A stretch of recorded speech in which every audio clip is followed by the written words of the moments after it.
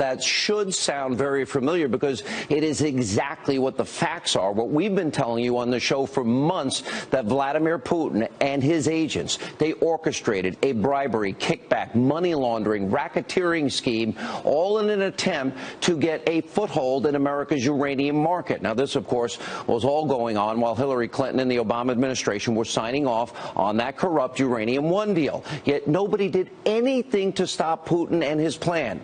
Now, there's so much important information that we need to explain tonight, and we're going to untangle this web of Clinton corruption and show you how all of it is connected. All right, let's start right up here with the Uranium One scandal. At the very center of this, we have, of course, Hillary Clinton. Now, in 2010, Clinton was serving as the Secretary of State. One of her responsibilities was, as the head of the Department of State, to serve on a committee of foreign investment in the United States. It's known as CFIUS. Now, it was made up of 9 officials from different departments in the federal government. They were tasked with reviewing foreign investments in U.S. companies and resources. One last point here. You see all of this. Now, remember, we don't have enough uranium in this country. We have to import uranium. Now, another notable Obama official that was serving on that board was the Attorney General. That's Eric Holder. And together, along with 7 other Obama officials, well, on this government board, they approved the sale of a company called Uranium One to a foreign nuclear energy company. Pay close attention here. Watch all of this begin to unfold. Now, Uranium One was a Canadian-based uranium mining company, and it controlled an estimated 20% of raw uranium in the United States. By the way, we don't have enough. We import it. In other words, 1/5 of America's supply of the foundational material used to make nuclear weapons, and we import it because we need it. And the company that Hillary Clinton, Eric Holder, and other Obama officials allowed to buy Uranium One. It's called Rosatom. That's a Russian state-run atomic energy conglomerate. That's controlled by Vladimir Putin and the Russians. You know, the bad actors, the hostile regime. Now, to put this simply, then Secretary of State Hillary Clinton and others, 9 total, approved a Russian takeover of 20% of America's uranium supply in 2010. Now, it's all while Vladimir Putin was becoming more and more hostile on the world stage. Why would anyone, let alone members of our government, think it's a good idea to let Putin control 20% of our uranium supplies when we don't have enough? It never made sense. It still doesn't make sense. It's not like America has a lot of uranium to begin with. Guess what? Hillary Clinton, Eric Holder, if you look at all of this up here, and the rest of the Obama administration, I argue, created a national security crisis. This is insanity. And then in 2010, during the very same time that the Uranium One deal was being reviewed by the government board, former President Bill Clinton, he sought approval from his own wife's State Department to meet in Moscow with high-ranking board members of this group, Rosatom, that controls all their energy there. The request was made while Bill Clinton prepared to give a $500,000 paid speech in Moscow, twice his usual speaking fee. The bank involved, by the way, had a financial interest in all of this, Uranium One, and it was called Renaissance Capital. And they have links to the Kremlin. And it was actively lobbying for the Russians to take over Uranium One. Now, ultimately, the speech took place, but meeting with Rosatom never happened. Instead, Bill Clinton just sat down with Vladimir Putin himself. Now, the last piece of this web of corruption is the Clinton Foundation. Now, between 2009 and 2013, the chairman of Uranium One used his family foundation to make millions of dollars in donations to the Clinton Foundation before and after Hillary approved the sale of the company to Putin and Russia. And that's not all. Other Uranium One investors, guess what? They also donated millions of dollars to the Clinton Foundation. Now, where I come from, that sounds like a quid pro quo. That's what we call pay to play.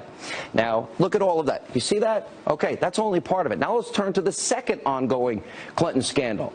Now, no matter how much Hillary Clinton deflects and ignores this issue, the scandal surrounding a private server will not go away because she broke the law and she got away with it. This all started in 2008. Private server, email account, set up under the name of a former Clinton aide. In 2009, Hillary Clinton becomes Secretary of State.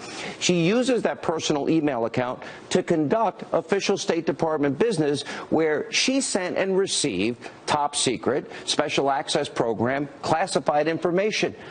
You're not allowed to do that. This came to light in 2015 after the House Select Committee on Benghazi subpoenaed Hillary Clinton's emails related to the Benghazi terror attack.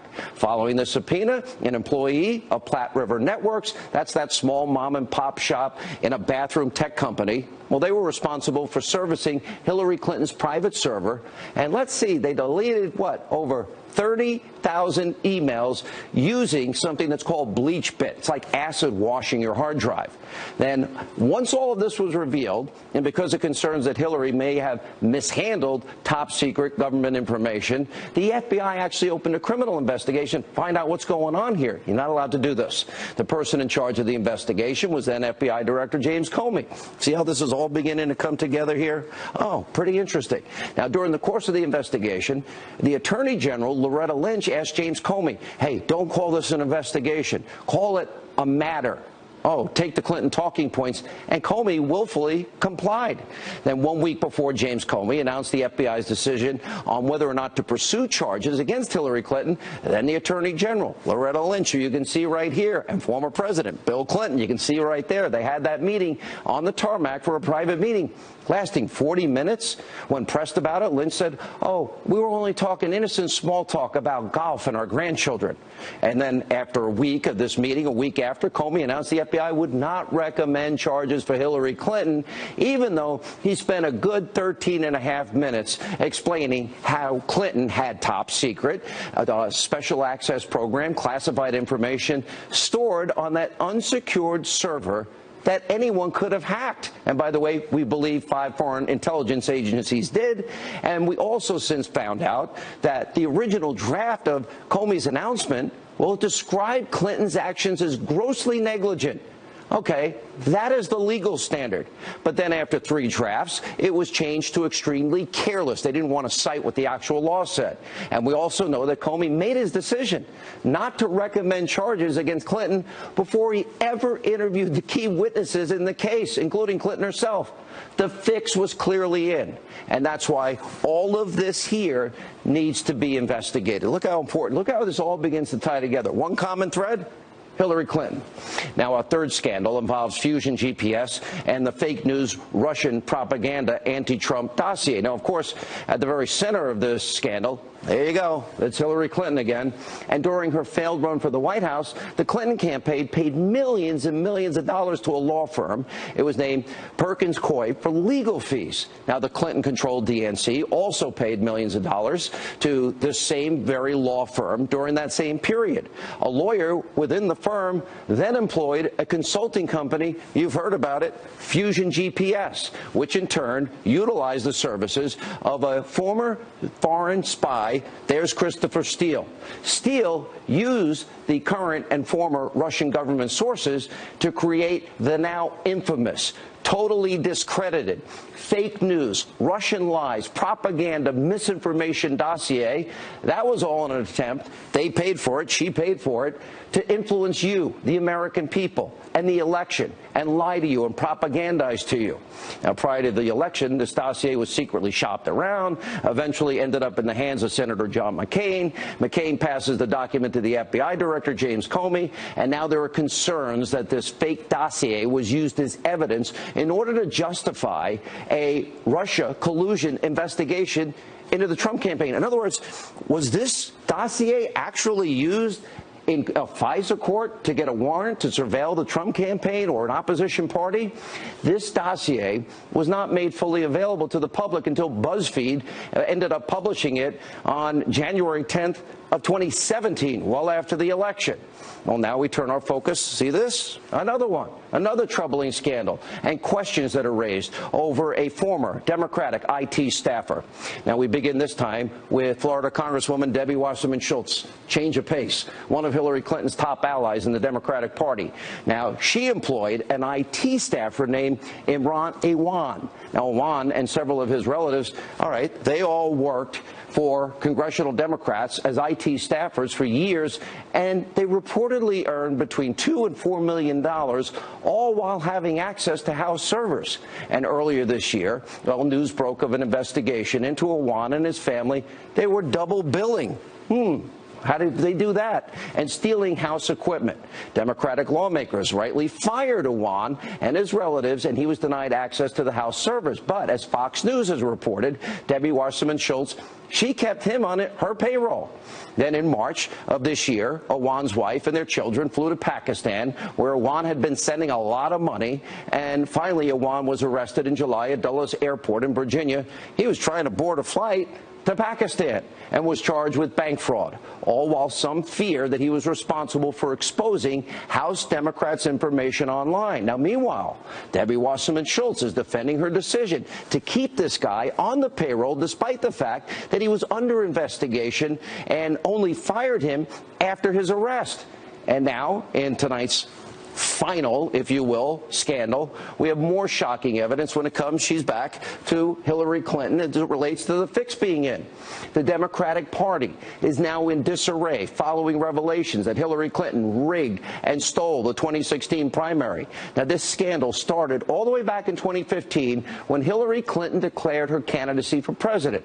Now, at the time, one of Clinton's strongest supporters was none other than Congresswoman Debbie Wasserman Schultz. She was serving as the chair of the Democratic National Committee. Hillary Clinton, well, she wanted nothing more to be president. But the socialist senator from Vermont, Bernie Sanders, he was standing in her way. Poor Bernie, right? The primary fight was close. And in July of 2016, just days before the Democratic National Convention, WikiLeaks releases thousands of emails allegedly hacked from key DNC staff members. Those emails, they exposed how the DNC was working against him. The fix was in for her. Now, in response to the DNC hacking, well, did Wasserman Schultz and the DNC go to the FBI to investigate alleged cyber attacks? No, of course not. Why would they do that? Instead, they hired a law firm. Again, Perkins Coie. Sound familiar? Remember them? That's the same law firm from the discredited Fusion GPS anti-Trump dossier. They're the ones that were connected there. And as you can imagine, people were outraged over what was discovered in the leak, and Wasserman Schultz, she had to step down on the eve of the convention. She was replaced by Donna Brazile. Donna Brazile just wrote a book. In that book, Donna Brazile slammed Wasserman Schultz, as you can see here, and by saying that she let Clinton headquarters in Brooklyn do whatever they wanted. They were running the DNC. She revealed that a secret contract existed between the Clinton campaign, right here, and the DNC. And Brazile exposed how Hillary Clinton and her campaign had total control of the DNC's finances, strategy, personnel decisions, budgeting, data analytics, and mailings. And for all of you who would have voted for this man, Bernie Sanders, you were cheated. The DNC sold you out, and Clinton literally stole the primary election. Look, these are all massive scandals. For years, we have been warning you about the web of corruption committed by the Clinton crime family that they've gotten away with for decades. And now, take a look at this. It shows the entire scale of the Clintons' willingness to do anything and everything to gain power and wealth at all costs. Look at this. Pretty amazing. There's so much to investigate.